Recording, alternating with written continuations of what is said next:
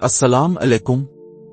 मैं हूं मोहम्मद आबिद और आप देख रहे हैं प्रोफेशनल इस्लामी चैनल।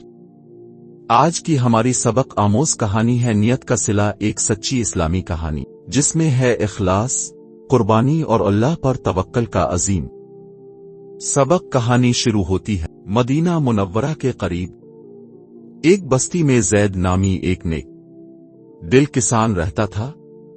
वो हमेशा कहता, अमाल का दारोमदार नियत पर है। हदीस नबवी, गिर नियत खालिस हो तो अल्लाह थोड़े अमल में भी बरकत दे देता है। जैद बहुत गरीब था लेकिन दिल का बहुत सखी।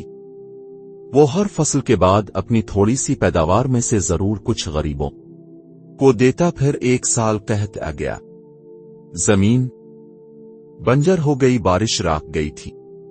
जैद के पास कुछ भी ना बचा, लेकिन इसने मायूस होने के बजाय रब से कहा, या अल्लाह, अगर मेरे पास होता तो मैं तेरे बंदों को जरूर देता।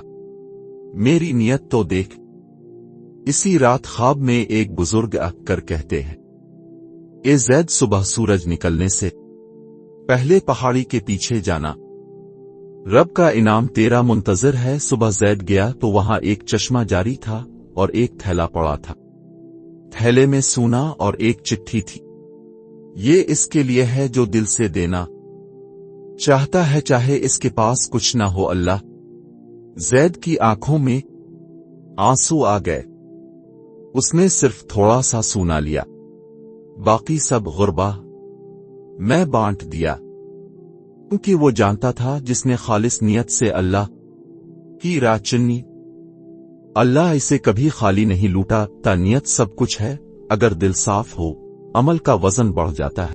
अल्लाह नियतों को जानता है, खुफिया अमल भी इसके यहां जाहिर है। सखावत दिल से होती है, माल से नहीं। कुर्बानी की जज़ा दुनिया व आखिरत दोनों में मिलती है।